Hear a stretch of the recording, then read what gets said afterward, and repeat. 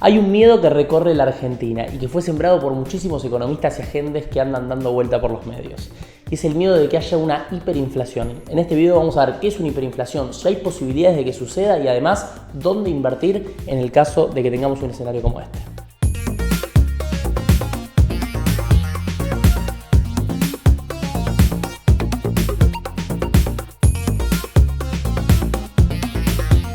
Buenas, ¿cómo andan? Mi nombre es Manuel Couso y soy director de Academia Merval. Y como les mencioné recién en la introducción, vamos a ver todo lo vinculado a la hiperinflación, a ver si hay riesgos evidentes de que en Argentina esto puede suceder y además vamos a ver qué decisiones tenemos que tomar como inversores ante un escenario de incertidumbre como es una inflación tan acelerada.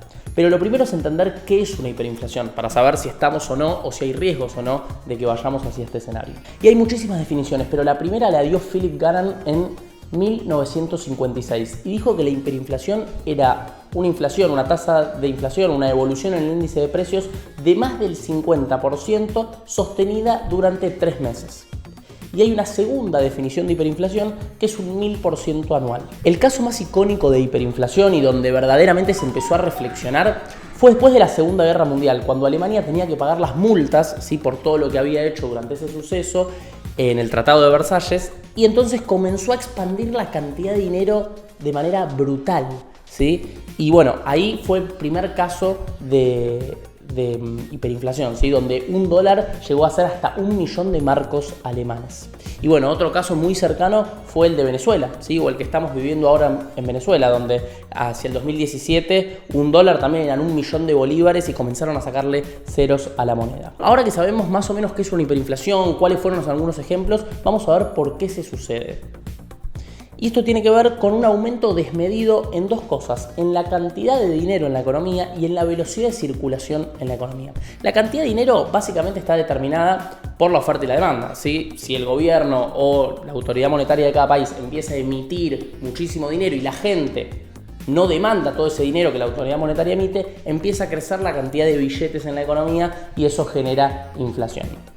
Pero el segundo factor es la velocidad de circulación, que es básicamente lo siguiente: una vez que te dan tu salario, te pagan tu sueldo, sea la plata que sea, ¿cuánto tiempo tardás en invertirlo en acciones o en un plazo fijo o en gastarlo en comida o en bienes durables?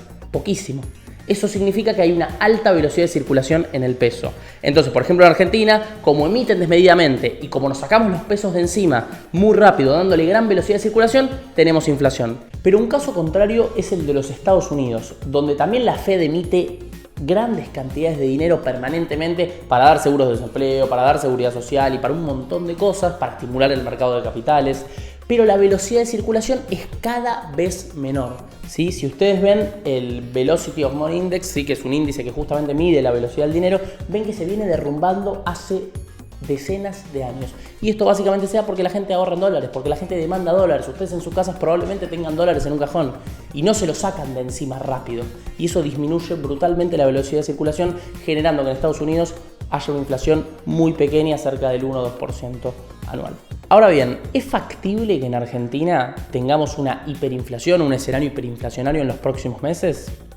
Y esto es una pregunta donde obviamente no hay una respuesta segura, no es seguro que sí o seguro que no, porque la economía es una ciencia social y como tal depende de muchísimos factores que no podemos calcular estadística o matemáticamente.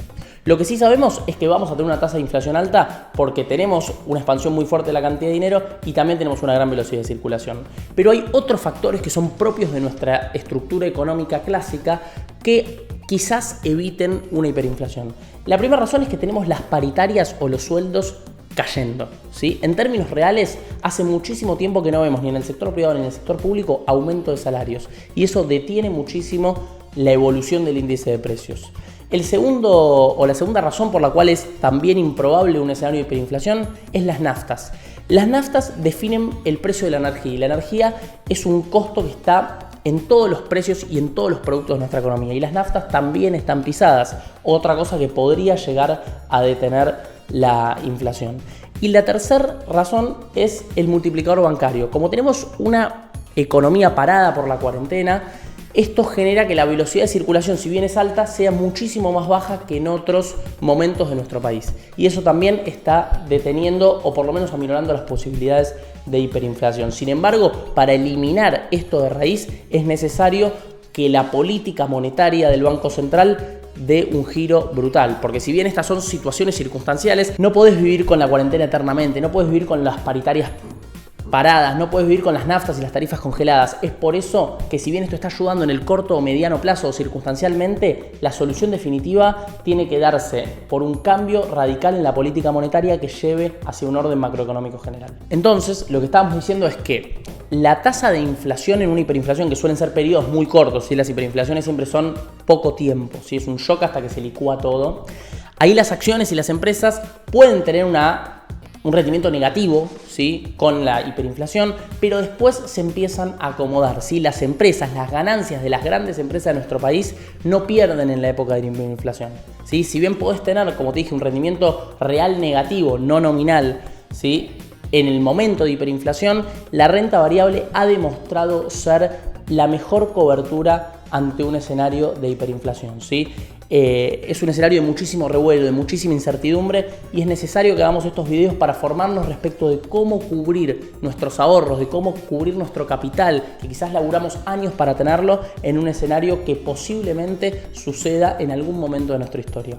Así que bueno, nunca renta fija, nunca los depósitos bancarios y siempre apostar en estos escenarios ante la renta variable. Y también hay dos alternativas más, que son los terrenos, las propiedades y también las materias primas. Son dos activos que pueden también ayudarte a cubrir tu capital de hiperinflación. Así que tenés tres alternativas para tener diversificada tu cartera ante este escenario. Espero hayan disfrutado este video. Les pido que me dejen sus comentarios en la caja de abajo y bueno, que obviamente nos sigan en las redes, en nuestro Instagram Manu Couso, en Zip Trading, en Academia Herbal y bueno, nos vemos en el próximo video. Chau, chau.